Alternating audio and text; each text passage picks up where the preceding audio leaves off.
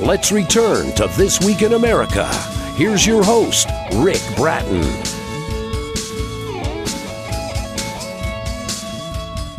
Welcome back, everybody, coast to coast. This Week in America. Once Upon an Irish Summer by Wendy Wilson Spooner is being called a compelling and heartfelt story about the power of faith, family, and our need for connection. A dual timeline novel of two teenagers, 2 centuries in one city. A true story of romance, mystery, and hope. Wendy is an award-winning author of professional articles and poems. She describes herself as a professional genealogist by day, a writer by night, and an artist in between. An art major, she's been painting her entire life, a graduate degree in genealogy and documentary sciences. Wendy's additional job is finding family for adoptees and those with unknown parentage. When not writing, she currently serves as vice chair for Daughters of the American Revolution, American Heritage, a chairman of the advisory board of the Century Vital Records based in India. Wendy Wilson Spooner, professional genealogist and author of Once Upon an Irish Summer, is our guest on This Week in America. Wendy, welcome to the program. It's a pleasure to have you with us. Hi, Rick. I'm so happy to be here. So much to talk about during the program today. And let's start by talking about the book. I understand the idea for Once Upon an Irish Summer actually came about when you were researching an ancestor on location in Ireland. So talk about that story. This is how the whole story began. Yes. So I went to Ireland with my husband and my parents, and we had a brick wall in our family history there. So we decided to go to the country, search the archives in person, and see what we could find. And we found so much more than we could have ever dreamed of. And I completely fell in love with my Irish roots and this particular family in general that I wrote the story about.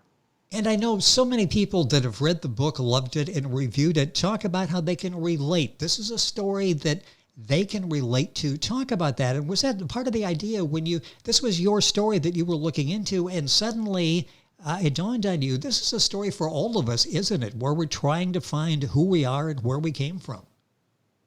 It is. Connecting with our roots really creates a sense of a better well-being inside of us and gives us a firmer root as a human being on this planet.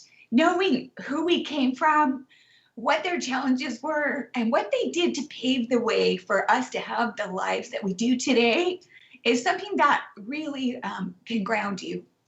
With us on the program is Wendy Wilson Spooner. The book we're talking about is Once Upon an Irish Summer. I'll give you all of her websites as we go through the program.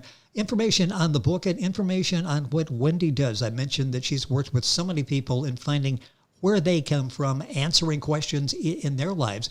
Let's talk about the 2 centuries here represented. We go back to 1817 in Ireland and 2018 in Fort Wayne, Indiana.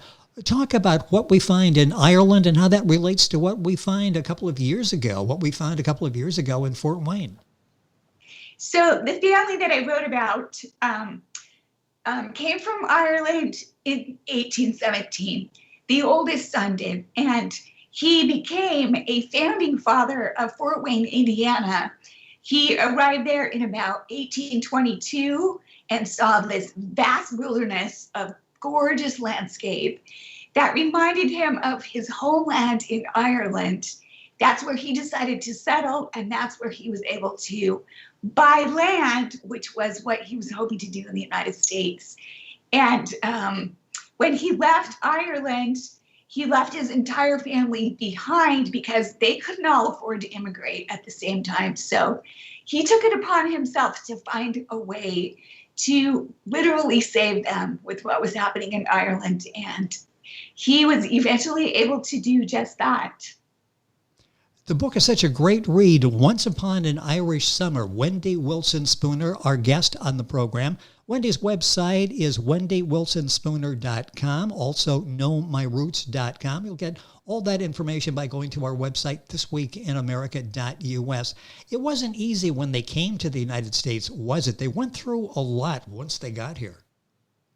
They did. There was a lot of prejudice against the Irish. They weren't treated well, like so many foreigners and those of different ethnicities can all relate to this. But because Alan Hamilton experienced that prejudice, he and his family became abolitionists in the United States long before the Civil War, and they were advocates to all immigrants that came to Indiana, as well as the Black community. What happens 2 centuries later? It's 2018. You picked the story up in Fort Wayne. Talk about the connection between the family in Ireland and what happened in Fort Wayne. So I really wanted to tell this story in a way that all age groups could connect to this fantastic story. And because of a study that Emory University did on youth and children, knowing the answers to 20 particular questions about their family history, and because the results of this study showed that these kids had higher self-esteem, they were more resilient to life's challenges, and they had a better sense of their identity. This was the reason that I chose to write this story through the eyes of a struggling 15-year-old present-day teenager. There's so much here that we can take as readers, and that's why the story resonates on so many different levels. I'm going to talk on that, go back to that for a second, the study at Emory University. Some people feel, yeah, there probably is a connection between where we came from and who we are. That sort of sums it up, doesn't it, as a teenager? And if you remember back to our teenage years, decades ago for me, but remembering back there, really struggling to figure out who exactly we are. There is a correlation, isn't there, between knowing that and not knowing where we came from? There really is. And because teenagers today can get online and research their ancestors so easily, it's something that I wish I would have been able to do in the 1980s. We didn't barely had the internet. Email was just becoming a thing, and we certainly did not have our ancestral records online to research like kids do today. It's such a fantastic opportunity. Well, when you mention that, and you'll be in Fort Wayne doing book signing in the end of July, and we'll give you all that information later on in the program. But Fort Wayne is sort of a hub for this activity, isn't it? This is they got people traveling into Fort Wayne, and I'm familiar with the area. Our production facilities are based in Fort Wayne from all over the country that study genealogy, their family genealogy, in Fort Wayne at the library. Yes, it's a fantastic library. I think it's the second most well-stocked, well-attended, and well-researched library, second to only the Family History Library in Salt Lake City, Utah. The book is Once Upon an Irish Summer. Wendy Wilson Spooner, our guest on the program. Let's jump ahead to Fort Wayne and what the connection is there. There's a gifted young artist who's struggling, and this information is so important to her, the connection to 1817 in Ireland. Talk about that aspect of the story. So I created a fictional character who was born in Fort Wayne, Indiana, and in the book I use a lot of the actual businesses and locations right down to where the families live. Close to Lakeside Park, the beautiful park there in Fort Wayne. And I wrote the story about this fictional character who is an artist. She's a gifted artist, and she's hired by her grandmother for the summer to help her with a research project on this particular ancestor that I tell the story about. And it's the last thing this girl wants to do. She doesn't like history. It's her worst subject in school, but she ends up finding out maybe she does like history, and she's very drawn into this ancestor story. And it ends up changing her path. The book is Once Upon an Irish Summer. The author is our guest on the program, Wendy Wilson Spooner. Her website is wendywilsonspooner.com, or the website that talks about the genealogy aspect of what she does. How she's helped so many people is knowmyroots.com. A book signing in Fort Wayne, Indiana, the main library in Fort Wayne, July the 25th. I'll mention that before we wrap up the program here. You talk about a number of emotions that the families go through. One is overcoming grief. Talk about that, because you spend a lot of time talking about that, addressing it on your website. In fact, you've got Pinterest pins that people can go to help them. And you struggle with that yourself, haven't you? Just dealing with loss in your life that it's pretty difficult to accept and go forward. Yes, I think most people can relate to grief, especially if you have lost a loved one close to you. And so the main character, Beth, in the present day timeline, she has lost somebody very close to her, and she secretly blames herself for his death. And so this is part of her transformation during the story, is overcoming this grief. You got a fascinating background. I mentioned this, an artist ever since you were of age that you could become and call yourself an artist, yet you made this career switch to genealogist. Talk about that, the satisfaction you got when you were able to go back and put the puzzle of your ancestors together and being able to help other people do the same thing. What's that like to be able to go through that and go back and not only for your life, but once you see that connection that other people are able to make with their ancestors? Well, I, having been very interested in my own family history my whole life, because my grandparents and their parents before them really well documented our family tree as far back as they could. So I grew up knowing the stories of my family, and I was at a pivotal time in my life where I was actually in graduate school to become a marriage and family therapist, because my husband and I blended a family 21 years ago of 5 little girls, and they all became teenagers at the same time. And they are all now fantastic adults with their own families, but I really felt like I wanted to work with other blended families because it's a difficult thing to do. But as I was working through my master's degree, I just had this sense that I was not on the right path. I wasn't doing what I really needed to be doing. And so I started looking around for a graduate degree in genealogy and documentary sciences. And I found one at the University of London that had received its accreditation just the day before. And I realized there's a different way that I want to help families. And so during this time as well, we were able to locate the biological family of my father-in-law, who was adopted. And it was a life-changing experience for us. We were welcomed with open arms by this family who said, "We wish that you would have come looking for us earlier." And that was the niche that I knew that I wanted to work in the genealogy field. And so that's what I pursued, and it is very satisfying. And most of the connections for my clients are happy endings. You know, it's interesting because that's reflected in your work, the novel that you wrote, Once Upon an Irish Summer. Wendy Wilson Spooner is our guest on the program. And what you do is still a form of therapy, isn't it? What you started off to do, maybe marriage, family therapy, getting these answers can really fill the holes in. I witness this all the time. And my bachelor's degree is in psychology.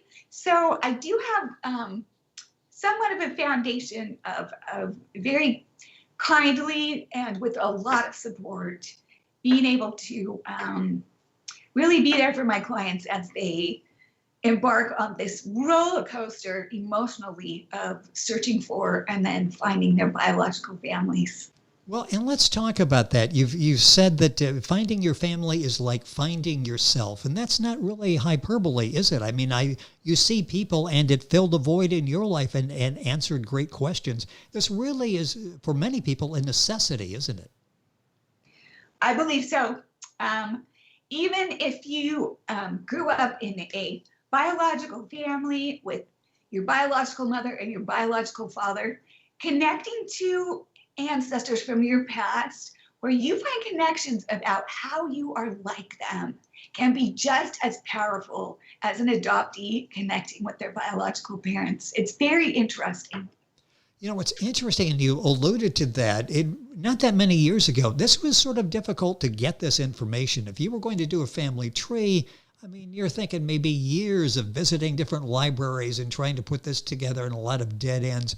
talk about what's available to you now in this genetic part of it, because we have 23andMe and Ancestry. How much easier is it now to get these answers?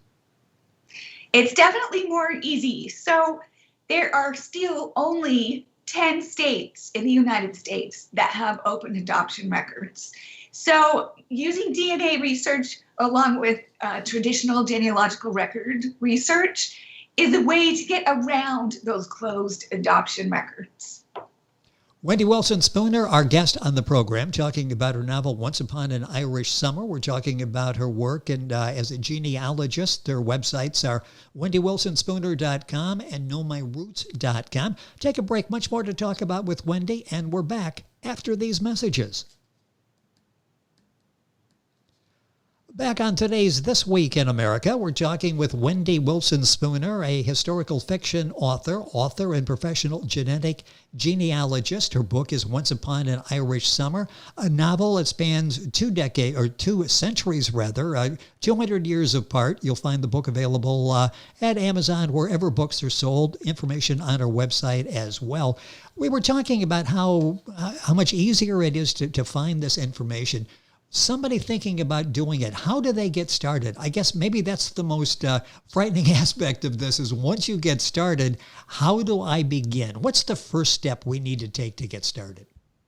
Well, the first thing you could do is, and this is a free avenue of research, is to go to familysearch.com and start building a family tree. And all the research you do on Family Search, you do not have to pay for. It's absolutely free, and there are numerous tutorials on how to research your family in every aspect, in every region, in every country. It will list the record sources that you should be looking in, and it's 100% free. That's where you should start. It's interesting, the expectations, and what should our expectations be as we go in? Maybe fearful, what if my family isn't perfect? Or on the other side of that, this is going to be great. I'm going to meet relatives I've never known. Some may be rich, and suddenly I'm back and I'm in their will. That type of thing. It's going to be lovely. We're going to have a warm embrace, and we're going to get the new family members in our lives. What's a realistic expectation as we start this process? I think a real expectation is, especially if you're going to be meeting actual living family, whether you're adopted or not. I'm not adopted, and I've connected with cousins that I haven't seen for years, or cousins who I've never met. And really the place that you should come from is what you can give to people, not what you can get from them. And if they don't want to connect with you, that's okay. There's no worry in that.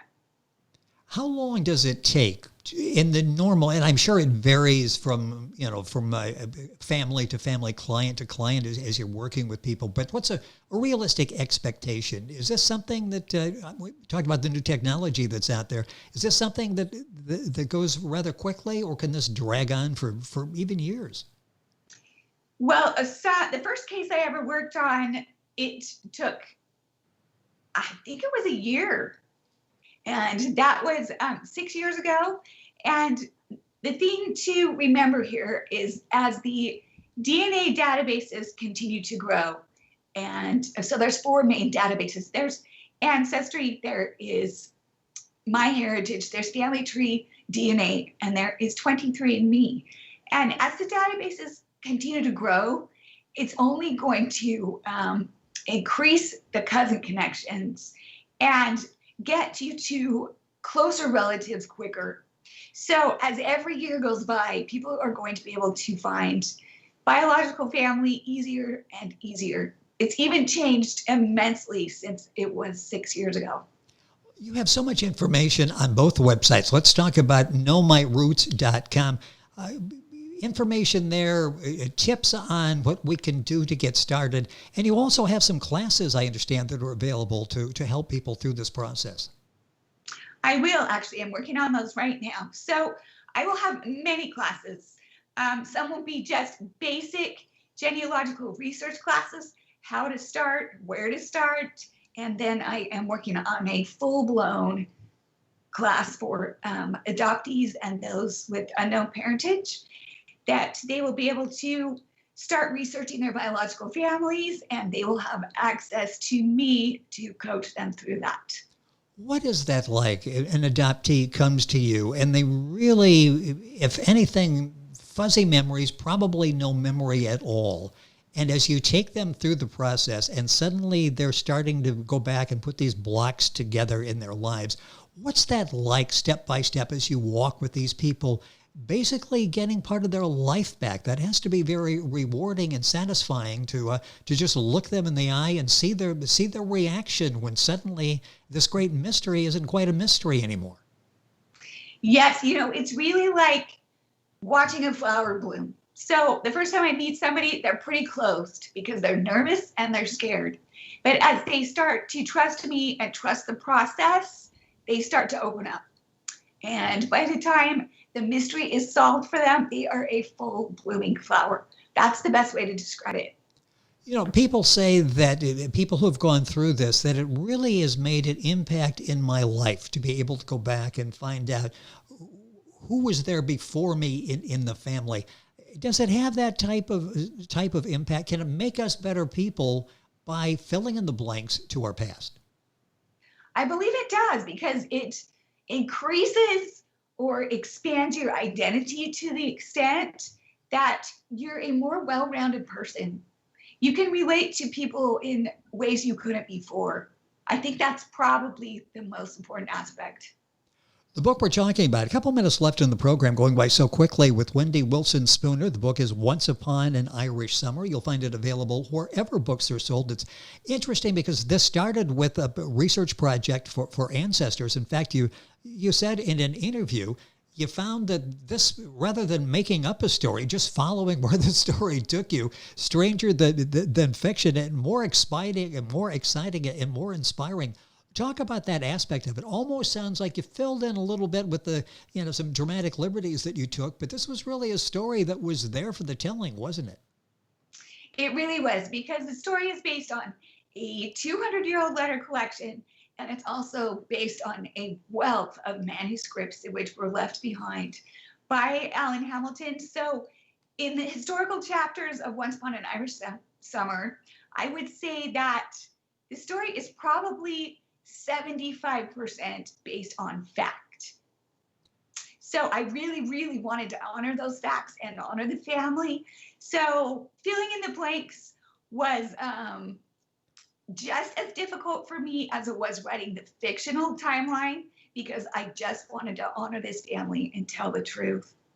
What's interesting is how you're able to take this writing ability that you have. I mentioned an award-winning author of professional articles and poems, and take this background that you have in helping people as a genealogist. What are you working on now? Is there another book that you're working on? Yes, so I'm actually working on the sequel to Once Upon an Irish Summer, and this story goes back in time to when Alan Hamilton left Ireland. So it goes back and starts in 1817, and it is the story of his younger sister who was left behind with the rest of the family. And it's her personal story because she took on taking care of the family, and she was about 9 years younger than her older brother. And the letters talk about how she was Alan's favorite sibling. And my own brother is one of my best friends. He's been my best friend since the day I was born. And so I'm writing this story through the eyes of a sibling left behind. And there are very few records left on the younger sister because she was a woman in the 1800s and because she never married. And so I'm telling her story, what she did while she took care of the family and why she never married. And she did come to Fort Wayne, Indiana as well. We'll be looking forward to that. The book that's available now, Once Upon an Irish Summer by Wendy Wilson Spooner. A compelling story, 2 teenagers, 2 centuries, 1 city, Ireland, 1817, Fort Wayne in 2018. And we'll close by saying you will be in Fort Wayne doing a book signing, meeting all your fans there. That'll be at the main library in Fort Wayne on July the 25th. What is that like to actually be out and meeting with people and answering their questions? And for some people, it may be the only chance they'll ever have to really get to talk to a genealogist and get some of their questions answered. This has to be an exciting time when you're out in the public like that.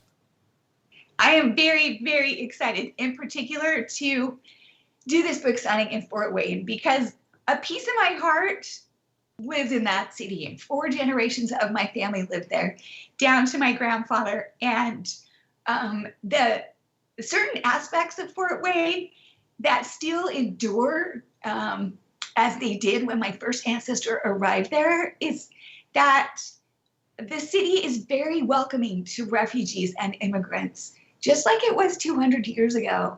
And that's only one of the aspects that I love about Fort Wayne. The history there is so vast and deep because it was a crossroads to the west. And so many people either moved through there or stayed there. So there's a wealth of records on many people's families. That's why there's a genealogical library there. And Wendy will be in Fort Wayne for the book signing at the main library on July 25th. Wendy Wilson Spooner, our guest on the program. Her book is Once Upon an Irish Summer, wendywilsonspooner.com and knowmyroots.com are 2 websites. If you go to our website, thisweekinamerica.us, we'll have all that information there. You can link on directly to Wendy's website. Wendy, this has been a pleasure having you on the program. We will stay in touch, do this again. Love to talk about the sequel when that's available. Thank you for spending time with us on the program today. Thank you. It's been wonderful. Thank you, Rick. You're welcome. Wendy Wilson Spooner, our guest. Our website, wendywilsonspooner.com. Information on our website, thisweekinamerica.us. Back on today's program after these messages. This Week in America is online. You can visit our website, thisweekinamerica.us. Scott Pinkerton, associate producer of This Week in America. Jay Anderson, segment producer. Ben Watson, webmaster. Otto Bechet, director of engineering and TV production. This Week in America produced and is a trademark of Blue Funk Broadcasting, LLC. For information on all of our guests and to listen to this week's show, our website again at thisweekinamerica.us. And I'm Sean Bratton, executive producer of This Week in America.